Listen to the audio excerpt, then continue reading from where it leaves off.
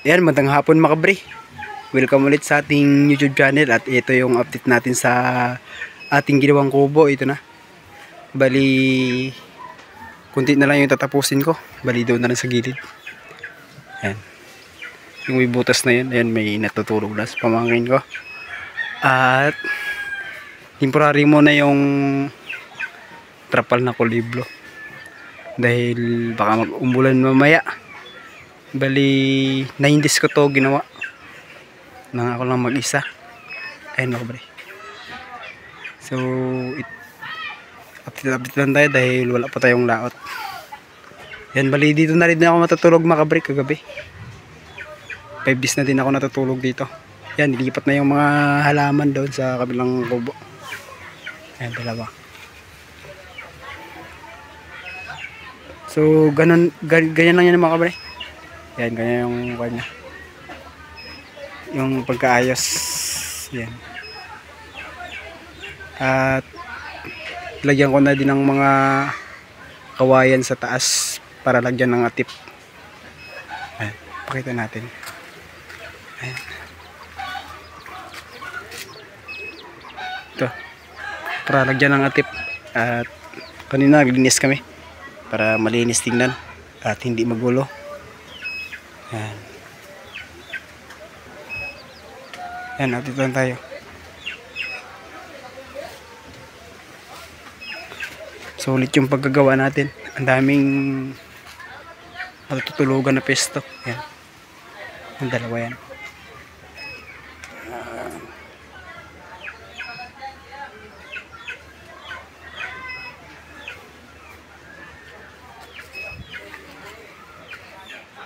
At dito na rin sa kabila mga kabali ay lagyan naman natin ng kumot. Yan. Yan. Bali lagyan ko dito ng mga gamit ko mga kabali. Yan. Yan, grabe yung pagkaayos ko mga kabali. So makikita nyo sa personal mga kabali, napakaganda talaga. Parang double deck style. Dalawang tulugan. 1, 2, 3, 4, pang-apat pala to. So hindi pala yan tulugan. Lagyan ng damit yan. Tapos pag magkapira-pira tayo, so mga kabali ay bilhan natin to ng ilaw dito. Yan. Para maliwanag din.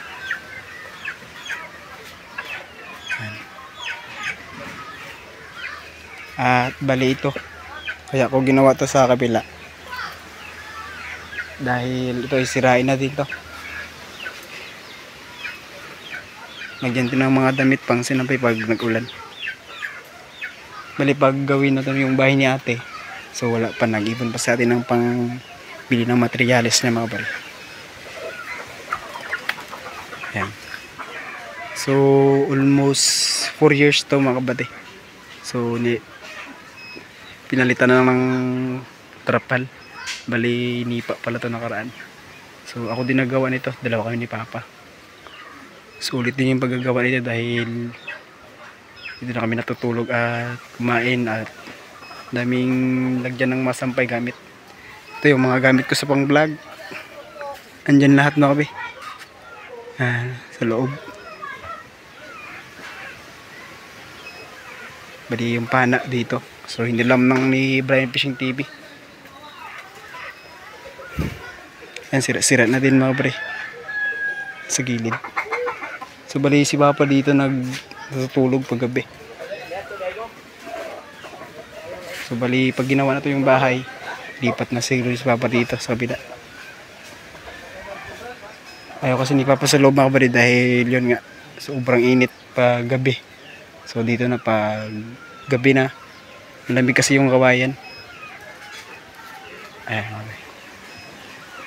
Dito lang tayo sa ating ginawang kubo. Ayan. Bali, hindi ko pa na-arrange to ng mga halaman. Ayan. I-arrange ko pa ito yung halaman mo. So nilipat ko yung halaman doon. Ito na yung mga halaman ni Mama.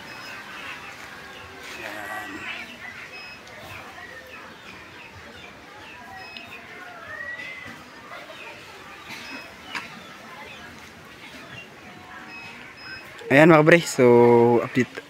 Hanggang dito na yung update natin mga kabre. And maraming salamat po sa patuloy na suporta. At laging panonood natin mga video. Sana po ay suportahan niyo ako mga kabre dahil tuloy pa rin tayo sa pagbablog. So bali di tayo makapokus mag vlog dahil yun nga, matagal ko din to tinapos mga kabre. Pinukusan ko to para madali matapos at i-update ko na lang to sa pag natapos na lahat mga kabre. Pag isa-isahin mga kabre matagal kasi hindi ako makapokus ng video pag dalawa yung pinukusan natin.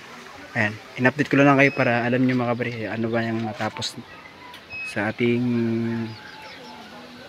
kubo-kubo na ginawa. So yun, so bali pamangkin ko yun mga kabre sa loob.